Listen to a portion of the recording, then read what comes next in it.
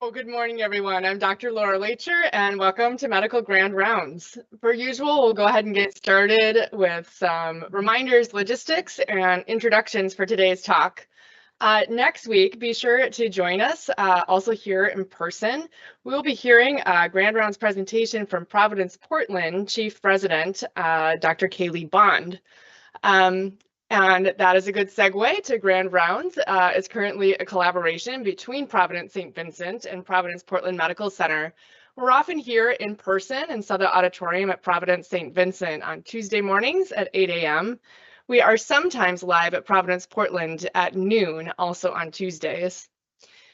You can always access Grand Rounds through Teams Live Virtual, and you can earn CME credit through any of those formats, being here live in the room, watching on Teams Live, or also by watching a recording of the event.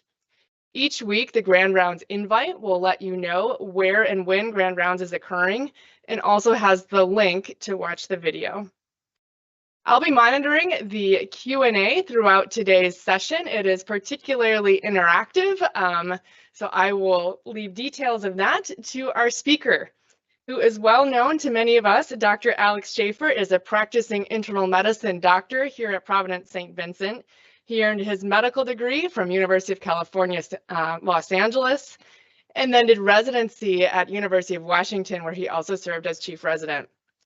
Dr. Schaefer is well known for his passion for teaching. He has been a clinician educator here at our internal medicine residency program at St. Vincent for over 25 years. Woo!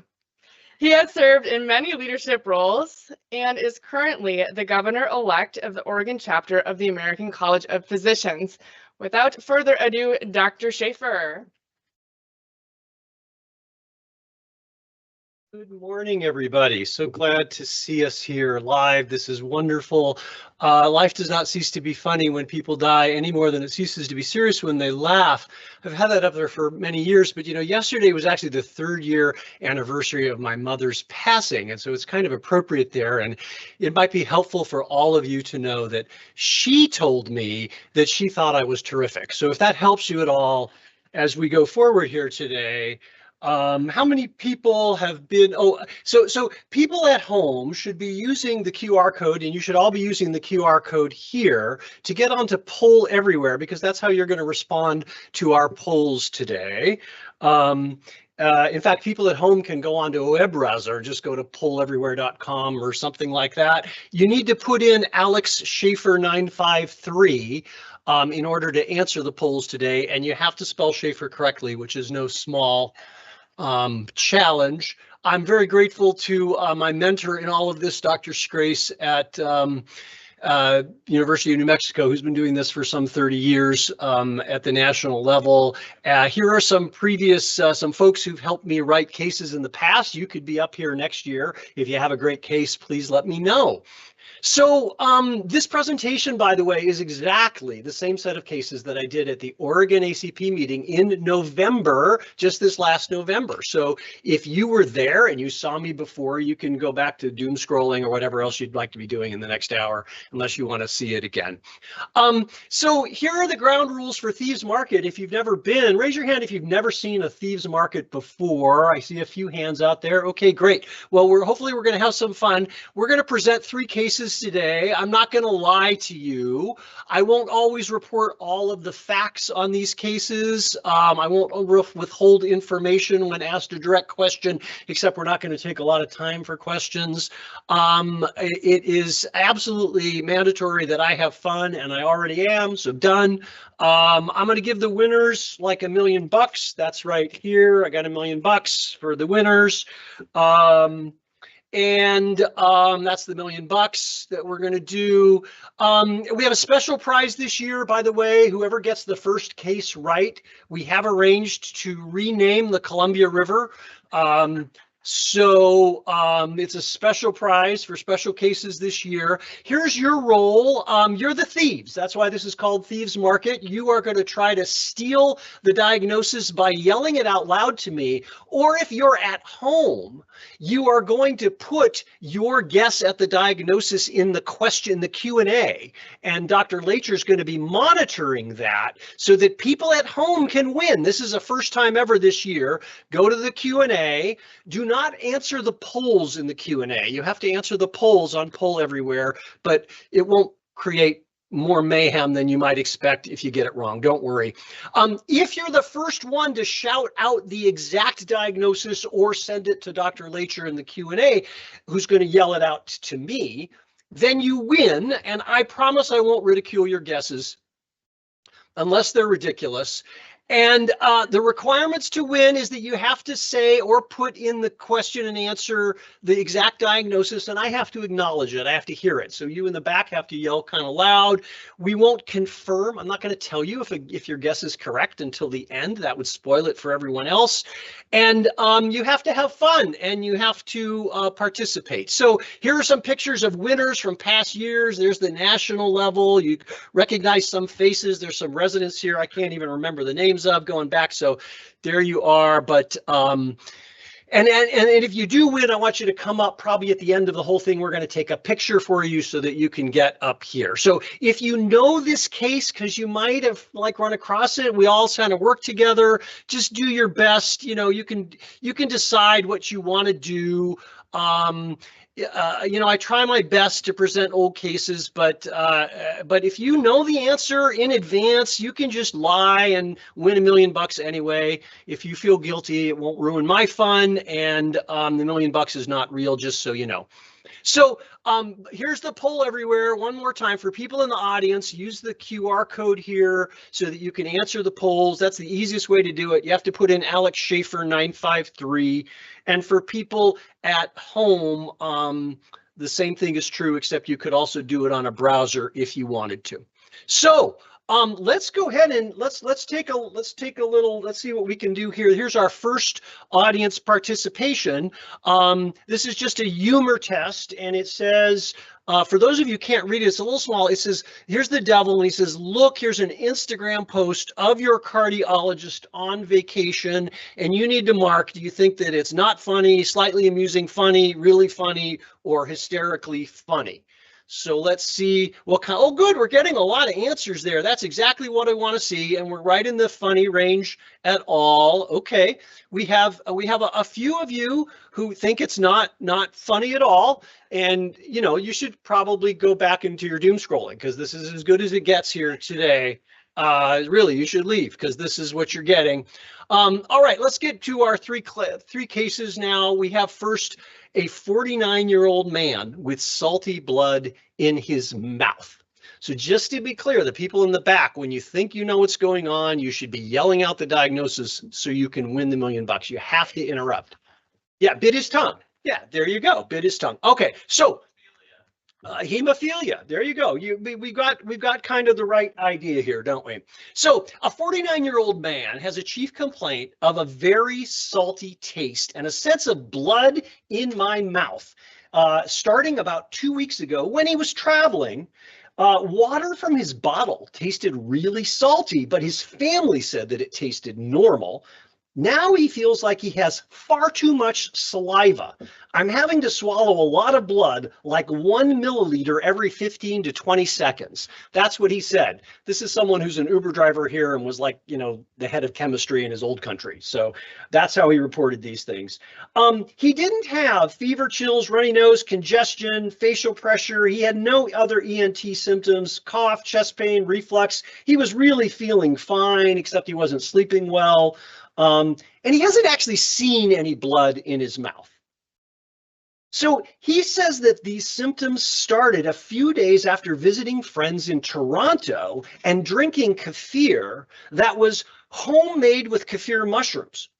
He returned to Portland to see if it was the climate in Toronto, but he said that didn't really help. He also had a theory that it was his cracked tooth, because 4 weeks earlier, he'd gone to a dental van and got a temporary filling. He was told that he needed a new crown, but he lacks dental insurance and he couldn't afford to get that done. So his past medical history is here. He has Crohn's colitis controlled with adalimumab, ankylosing spondylitis controlled with leflunomide after stopping methotrexate. He has a cervical radiculopathy. He has chronic pain controlled with methadone because of his ankylosing spondylitis. He has depression, anxiety, panic disorder for which he's not sought any treatment. Other history, he quit tobacco a few years ago. He doesn't drink, use any substances. His exercise is limited by pain. He's disabled by orthopedic issues. He's not working except as an Uber driver, I think. He's married and cares for his patients with dementia.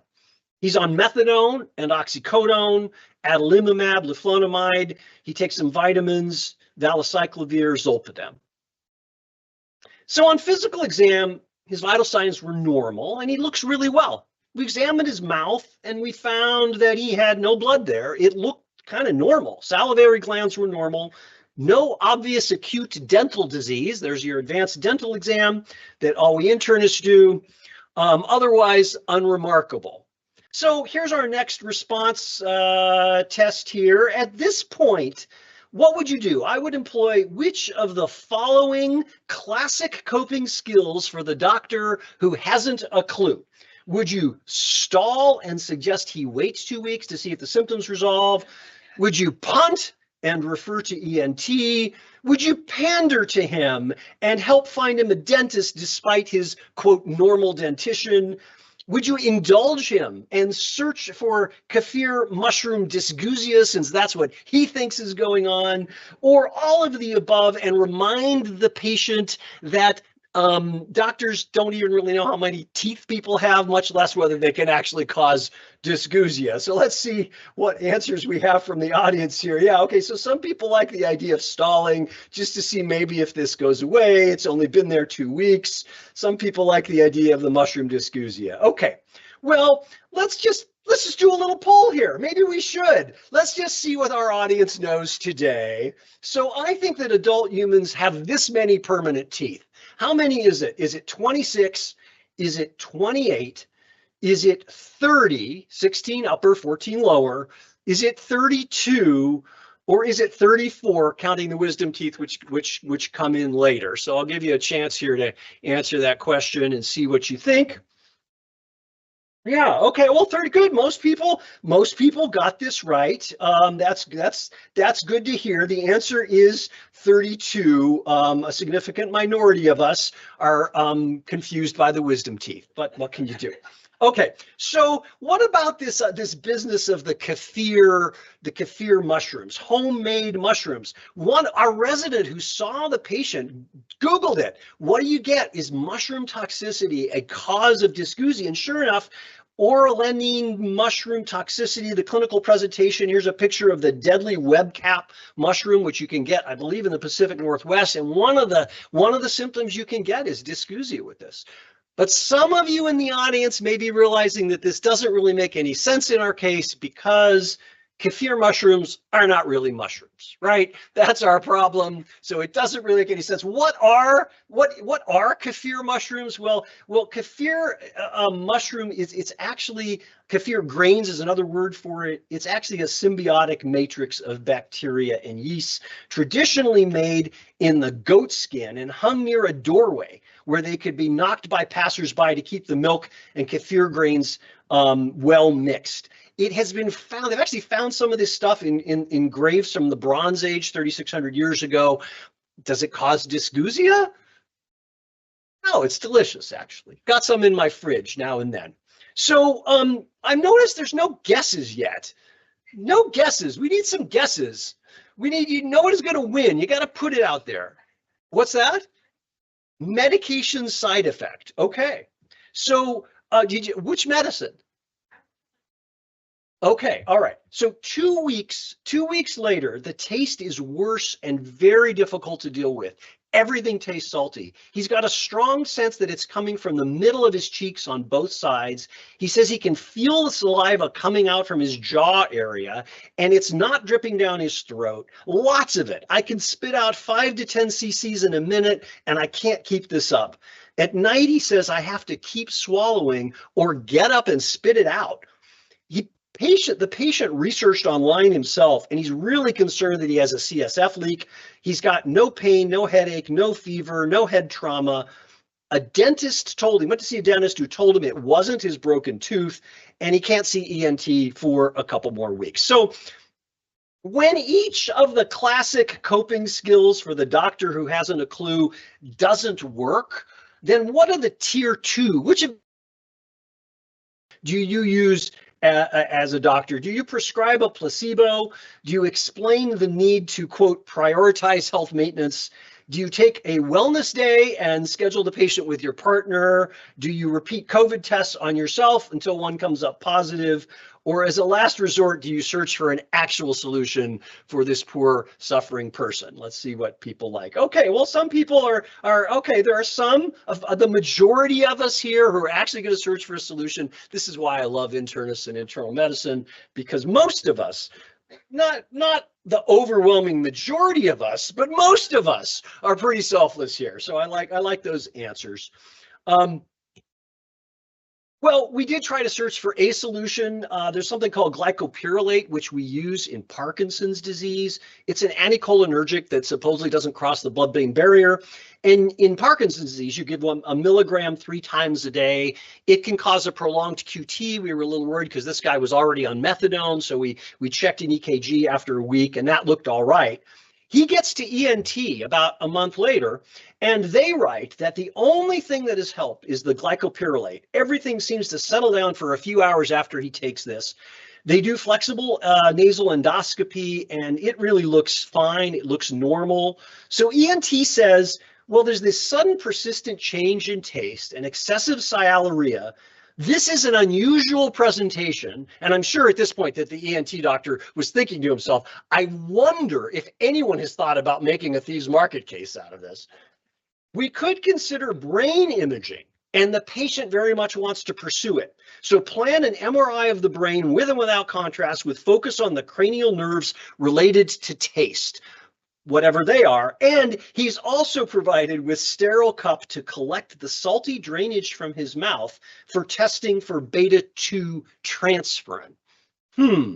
Okay. So they're wondering, could he have a spontaneous CSF leak? Like, does that actually happen? And the answer is yes. Sometimes there are such things as spontaneous CSF leaks that can be due to tumors, idiopathic intracranial hypertension, congenital skull defects.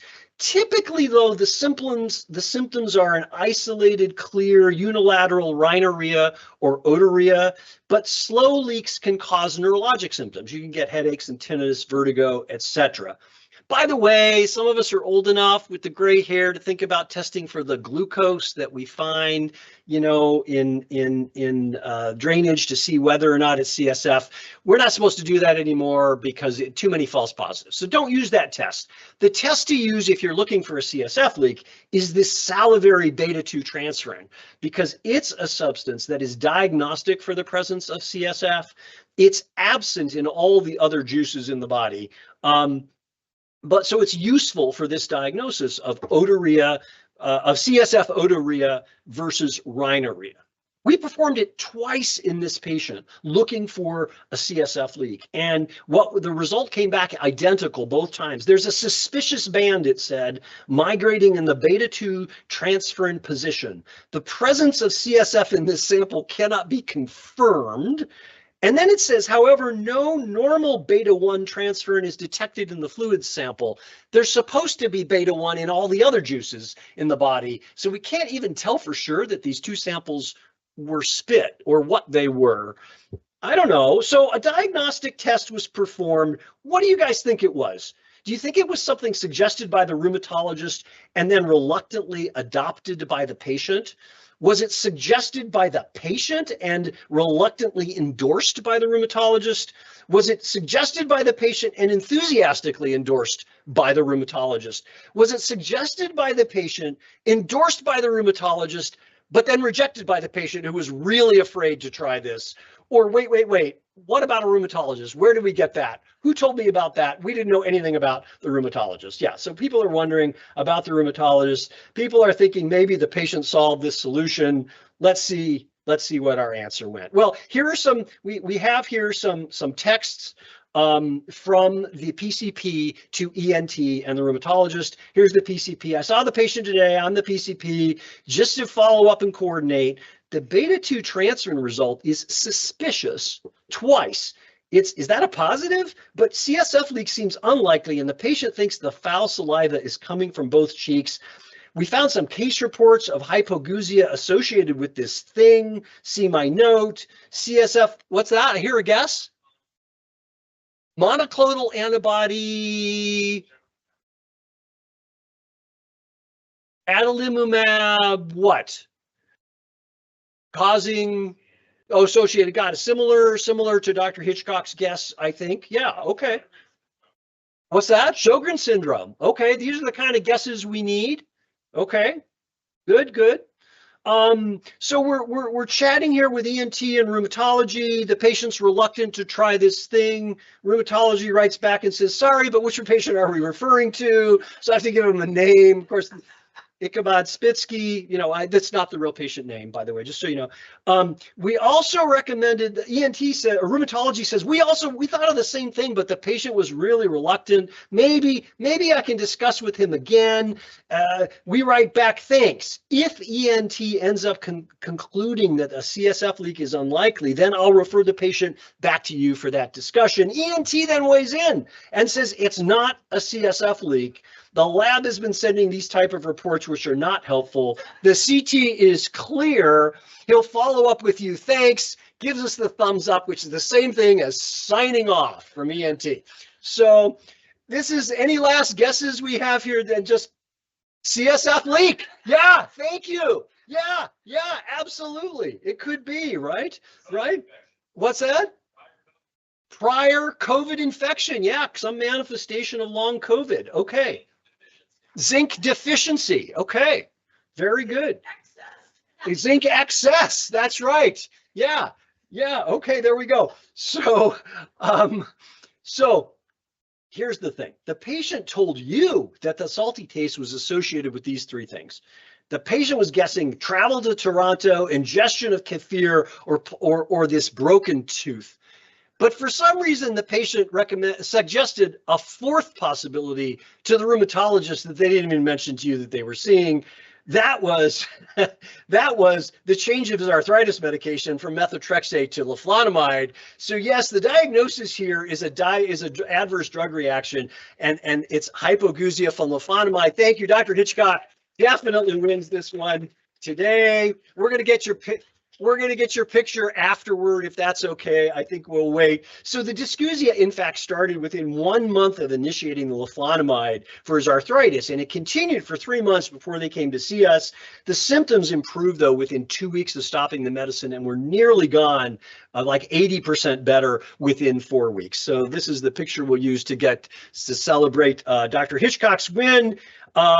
So leflunomide, long-term side effects, does this happen? Has this been reported? Sure enough, here's a retrospective study of the side effects of leflunomide in about 40 patients, and 10% of them had hypogeusia. That's how it was described, occurring early in the therapy. In this study, the patients just kept taking the medicine and the symptom went away after a few months. I couldn't find specifically in the literature any report of kind of a bad taste, but you know what? The internet's a great thing, because I did find on some blog post some patient who said, I have to come off my leflunomide after only taking it for 6 months. Everything tastes really salty, especially when drinking tea. I don't know if this is my patient or not, but anyway. We'll see. So what drugs are associated with taste alteration? That's something we might be able to learn out of this case. There's a long list of them there, but the ones on the right are the most common. Acetazolamide, azipiclone, which is one of these sedative hypnotics, lithium, amiodarone, and of course, Paxlovid, we're seeing in about maybe 5% of people have this terrible taste. At least one person I know said they'd rather have COVID 10 times than have that bad Paxlovid taste in their mouth again. And so how do we know this stuff? Has there been, where do we get this from? Well, there is the FDA, of course, keeps track of drug-induced olfactory and gustatory dysfunction. You can go, it keeps track of adverse drug effects. And from in the 10 years ending in 2021, there were some 16,000 adverse drug reports related to olfactory and gustatory dysfunction. Most of them were taste or gustatory.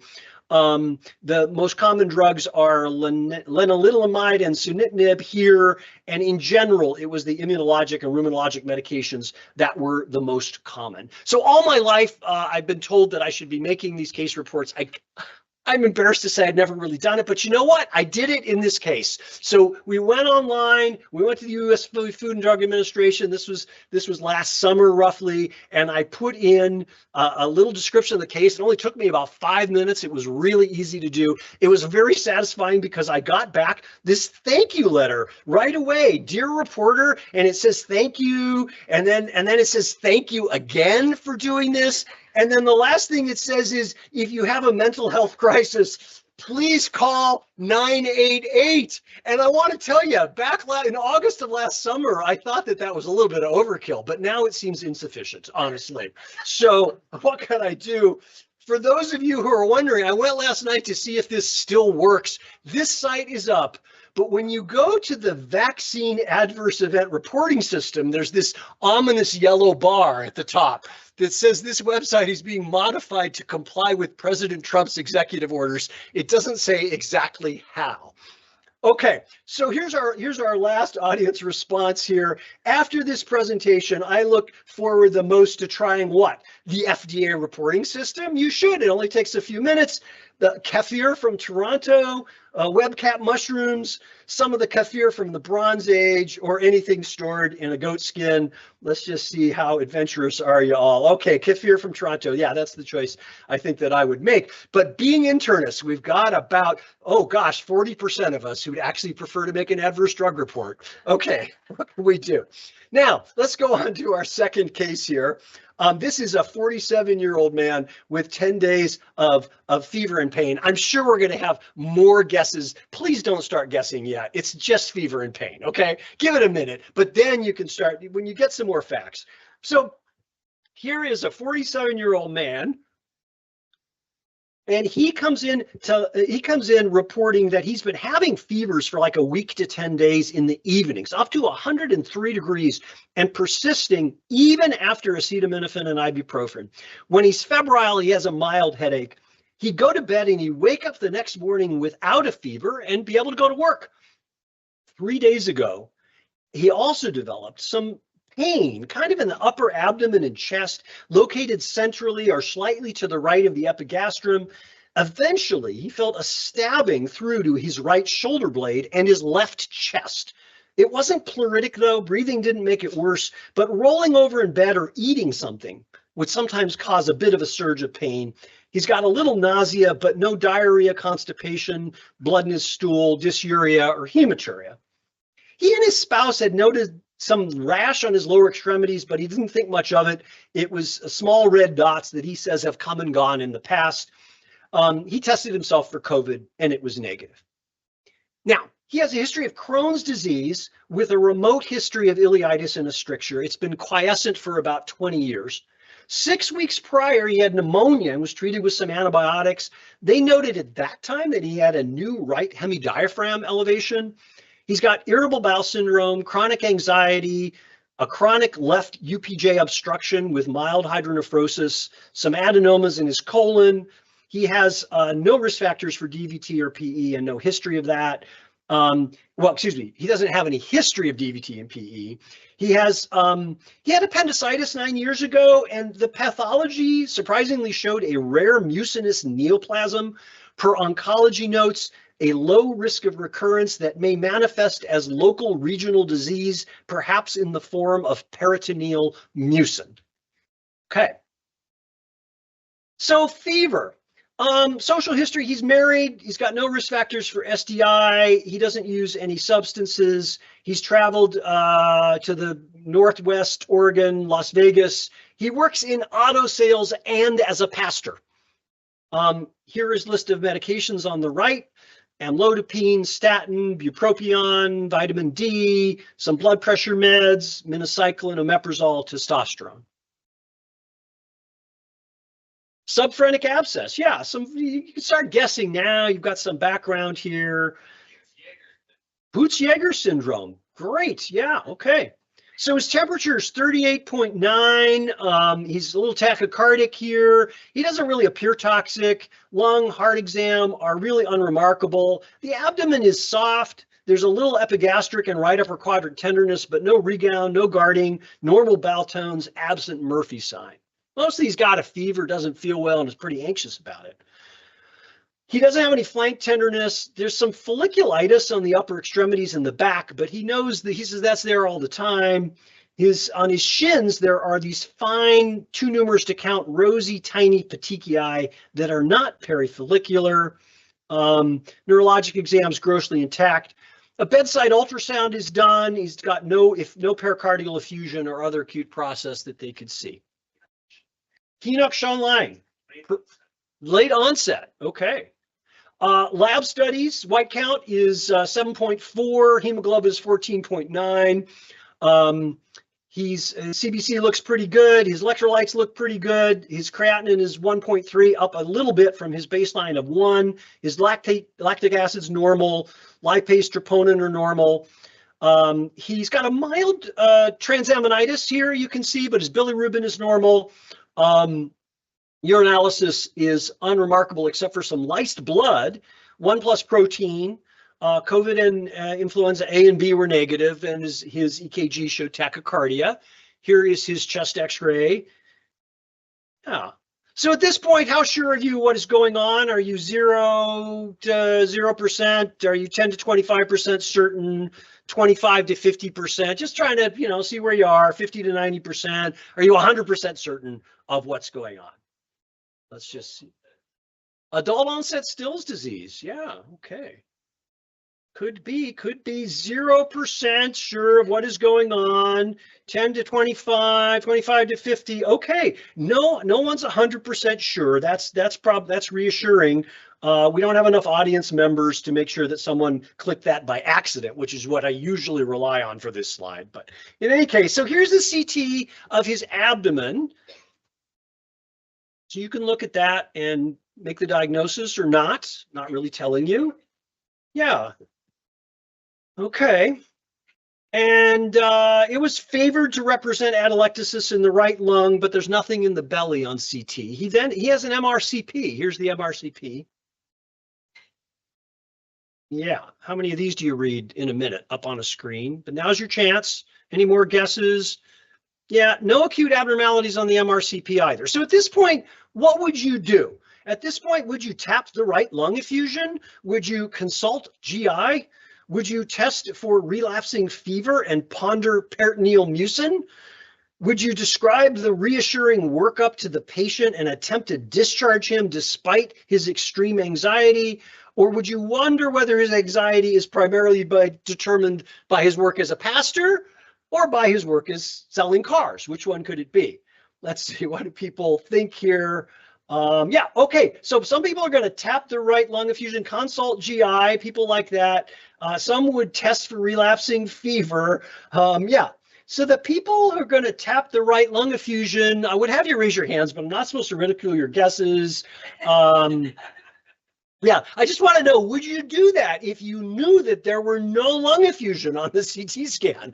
That's really my question for you, but I know this is all going by a little more quickly. It's up to you. You're in charge. So top 10 reasons for anxiety among pastors and car salesmen. Here's this long list. Pastors have constant availability, perceived isolation, public scrutiny, emotional labor, financial pressure, personal neglect, increased polarization, uninformed criticism, unfair comparisons, and an unhappy partner. Car salesman, its salary depends on your sales, not much advancement opportunities, skills may not transfer. It goes on here. It just makes me really happy to be a doctor. That's all I could say. So having learned this, what have you concluded? If you were not working as a doctor, would you rather work as a pastor or as a car salesman, or maybe both, like our patient and this guy on the left here is apparently doing, because he's selling cars. Yeah, I don't know. Let's see what do people say. All right, we kind of have a mix of answers there. So he does get a GI consult on day 2, and they say the fever does not appear to be related to his Crohn's disease or any other digestive source. Nevertheless, they have some recommendations for us. Further workup with the primary team for the underlying cause of fever. Fecal calprotectin, they want us to get, though they note that active Crohn's disease is unlikely. Test for H. pylori and stool pathogens. They want an aggressive bowel regimen, supportive care, including a PPI. Then they say if the right upper quadrant pain persists after better bowel regimen, then would recommend an outpatient HIDA scan to evaluate for gallbladder dysfunction. GI will sign off saying that the fever that you consulted us for is not really our problem. Ask somebody else. What about this business of the fecal calprotectin and inflammatory bowel disease? So fecal calprotectin is a zinc and calcium binding protein that is found in the granulocytes of neutrophils, and so it can really differentiate non-inflammatory and inflammatory causes of diarrhea, which our patient doesn't have, but they asked for it, and so So in its sensitivity and specificity is pretty good. It's really pretty good for Crohn's disease or active inflammatory bowel disease. And in our patient, the result came back at 77, which is borderline elevated. Tests should be reevaluated in 4 to 6 weeks. So that's what we got. Here's some more history for our patient sitting in the hospital. On day 2 to 3, he's still having fevers up to 102. He's tachycardic. He's having this accelerated generalized belly pain with some pain all the time, and it's worse during the fevers, requiring Dilaudid. The rash on his legs is resolving. The blood cultures are negative, though we know he was on minocycline when they were drawn. He has a high CRP. His HIV is negative. Stool pathogens and H. pylori come back negative. Abdominal TB. Okay, there we go. His lab tests evolve a little bit. He came in with a mild transaminitis that were normal on day 2, but then a little bit worse on day 5. Alk Phos is up a bit, transaminase is up a bit, bilirubin is still normal. So at this point, what would you do? Would you order a dedicated CT of the chest? Would you order thick and thin smears, ANA, rheumatoid factor, and well, just about everything? Would you consult ID who would recognize the diagnosis immediately so you don't have to order everything? Or would you consult ID who wouldn't have a clue so they will order everything so you don't need to? Or would you advise the patient to switch to a less stressful career, like maybe dog walking, for example? Let's see what people think. All right, consulting ID, because they're going to immediately know the diagnosis. Consult ID so that you don't have to figure out all the lab tests to order. Nobody wants to be a dog walker. No, really? No, I want to be okay, someone wants to be a dog walker. There we go. Good to hear. What about being a doctor versus a dog walker? This has been studied. This has been studied in the Ideal Medical. So here's someone did this study from 2017. Comparing resident physicians to dog walkers, and you know, the resident has 30 patients, the dog walker has 5 dogs. There's 90 hours versus less than 35 hours. They're getting paid about the same, $4 per patient, $25 per dog. Salaries are pretty much the same. Dog walker wins. Okay, so there you go. ID consult on day 3. Here's our ID consult. it's possible that the ID consultant is the one sitting in the room today. I can't remember. He's looking quizzically now. I'm not sure. Anyway, so check for Louis virus studies, but then goes on to say, keep non-infectious causes of fever on the differential. The abdominal pain may be related to the right hemidiaphragm or the lung. Would defer additional workup to the primary team. Crohn's elevates the risk for autoimmune disease, you guys. Why are you calling us? Consider a rheumatologic workup. Ferritin, ANA, and rheumatoid factor. Malignancy is possible in the setting of Crohn's disease. Agree with outpatient colonoscopy and consider an EGD for an upper source of GI pain. So just to be clear, we consulted GI, who told us to consult ID, who suggested that we consider pulmonary causes, rheumatologic causes, oncologic causes, and oh, by the way, talk to GI. That would also be a useful thing to do in this case. So we do want to look for these unusual forms of fever. I'm just going to put, there's many of them. We're going to put in a few that might be of interest in this case. So for example, relapsing fever, Borrelia, that's one of these things in Oregon we have to think about. You can see the distribution over 10 years. All those white dots are individual cases in the United States in the last 10 years, or the 10 years ending in whatever, 2022 or something like that. So this is a transmitted by a soft tick, and it causes this sudden fever. Then they get afebrile recurrent fevers. They're often the most sick at the very beginning. They don't always seek care. So they kind of look really septic, but then it sort of gets better often. Does that sound right? I hope that's not too wrong. So sometimes they get focal neurologic signs. Sometimes they get hepatitis. Thick and thin smears are the way to make this diagnosis, or PCR, and you can treat it with some antibiotics. Someone also considered adult onset Still's disease, another thing we think about when we got a fever and we don't know what's going on. Rarely an FUO all by itself, but sometimes it can cause hepatitis, though. You can get, as you might imagine, the white count's almost always elevated, and it wasn't in our patient.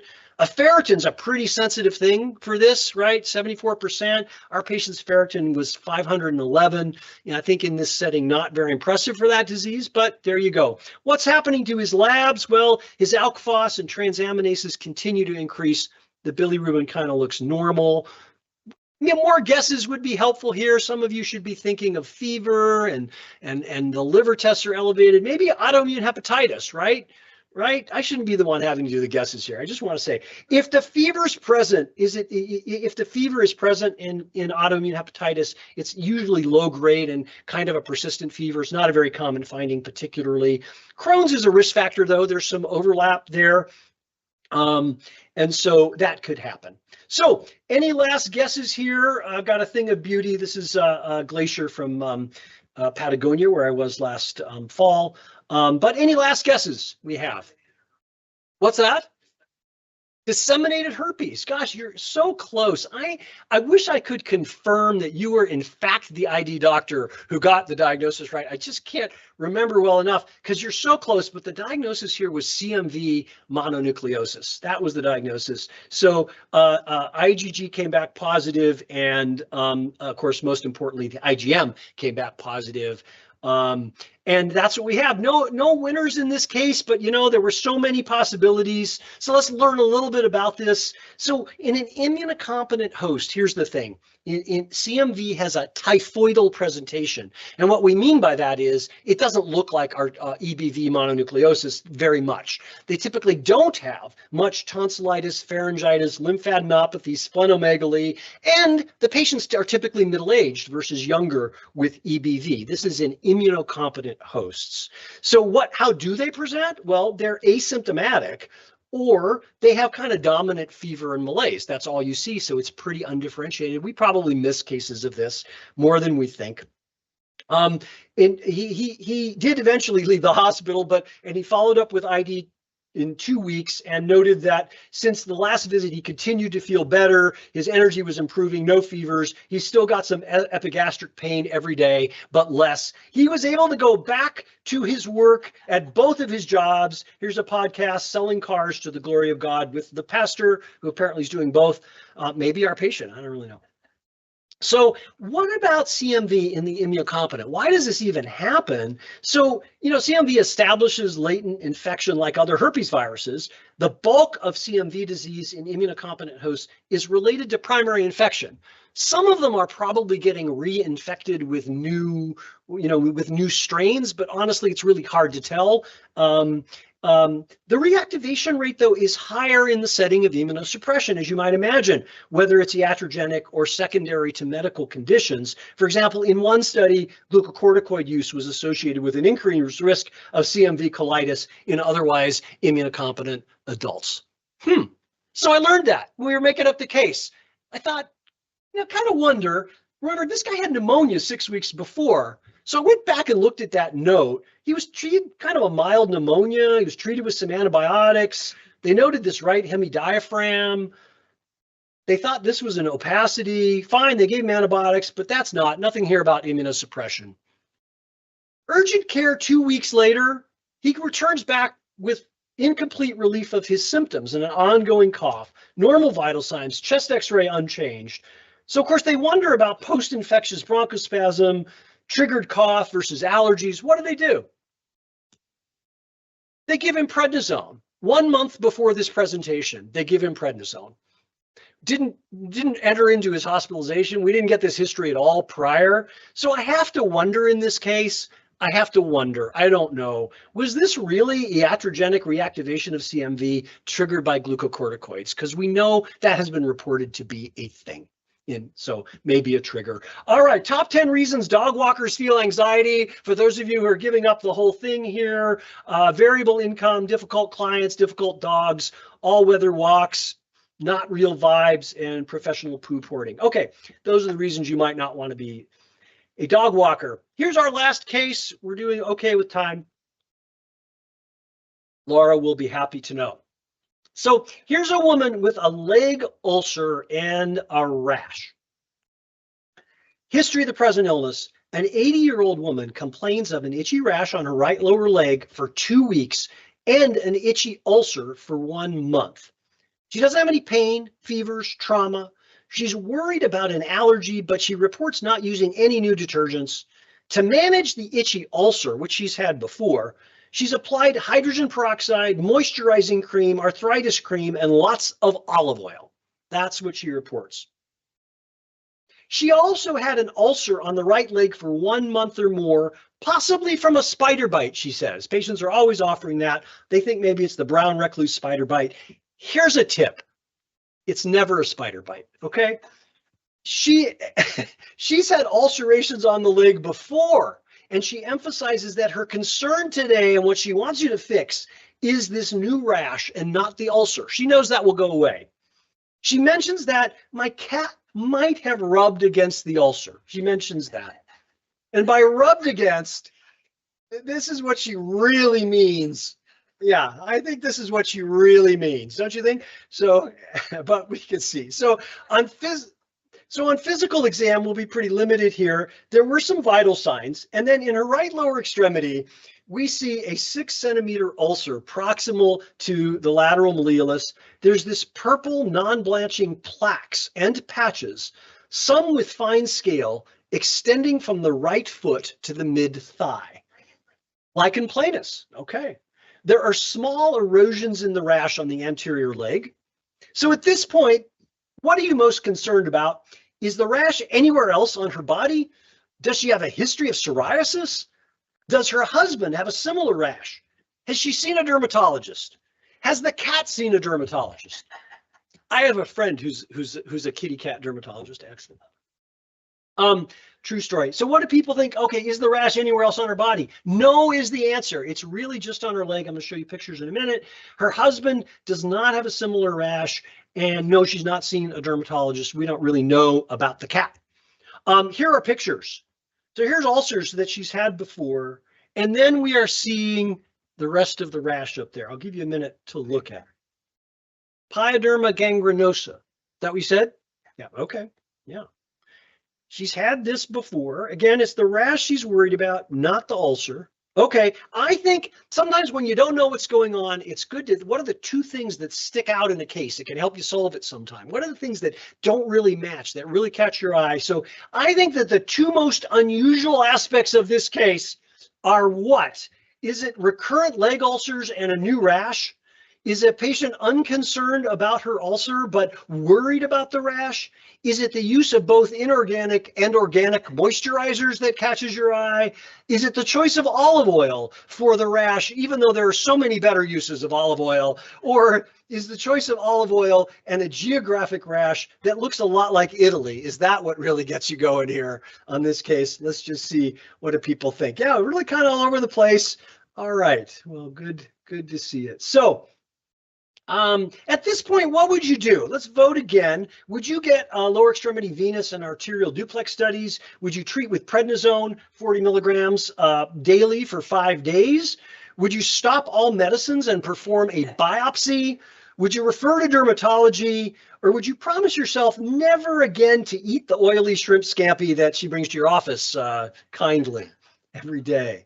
Let's see, what do people want to do for this rash? Kind of all over the case. All right, yeah, some people would just get the vascular studies, treat with prednisone empirically.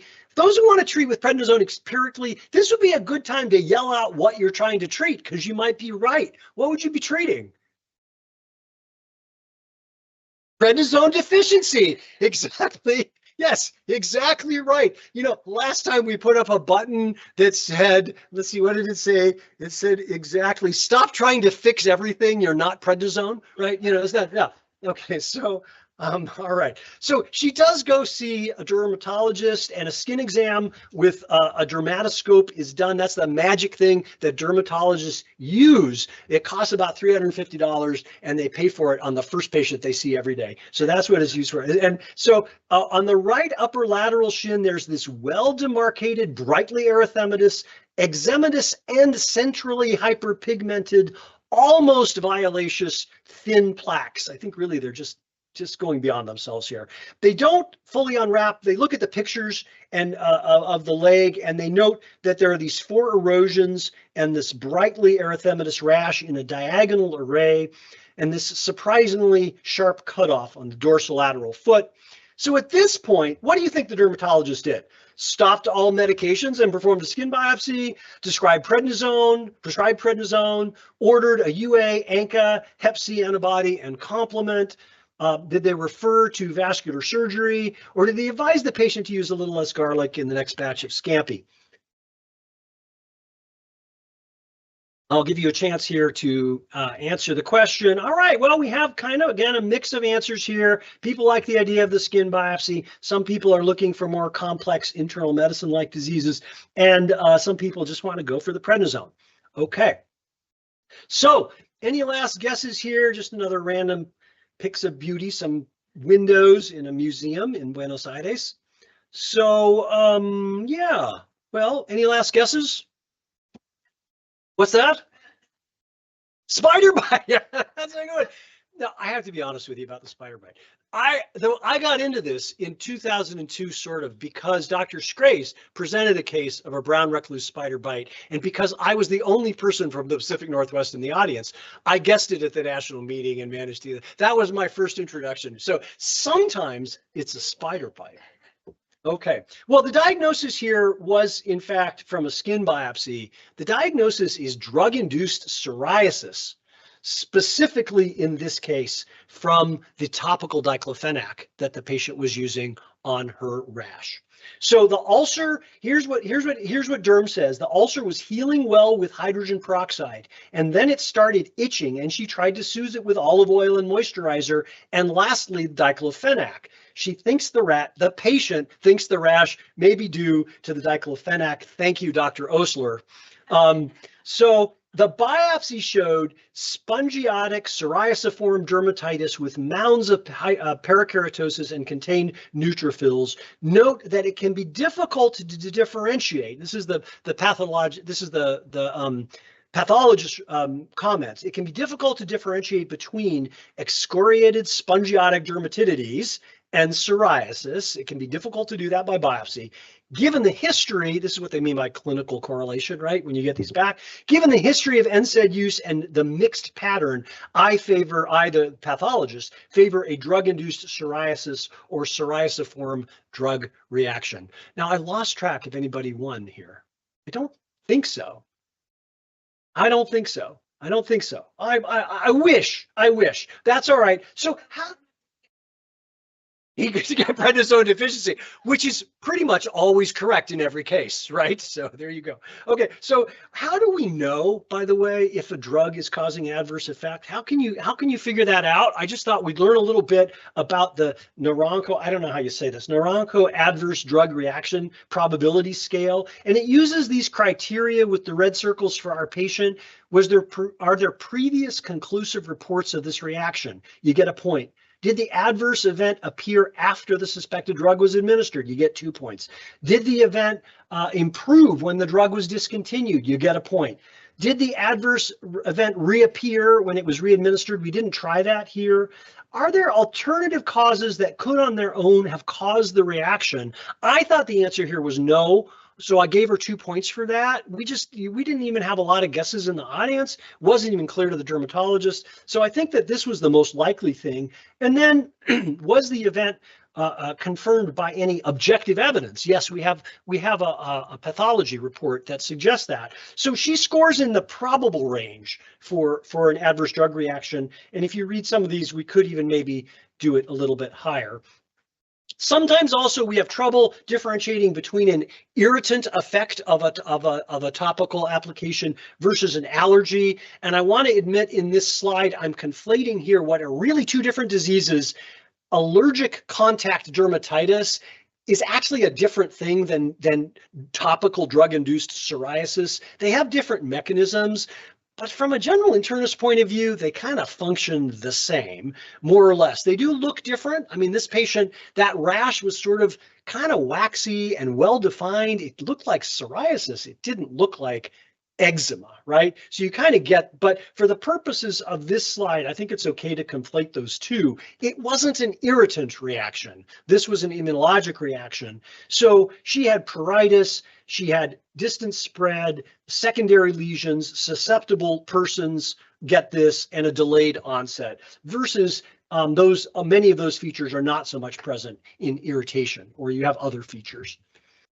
What drugs provoke psoriasis? Well, there's a long list: beta blockers, lithium, antimalarials, but notice that anti-inflammatories are on the list here in that second tier. So this is important because topical NSAID use is really going high. It's a couple $2 billion industry right now. It's probably going to double by 2030.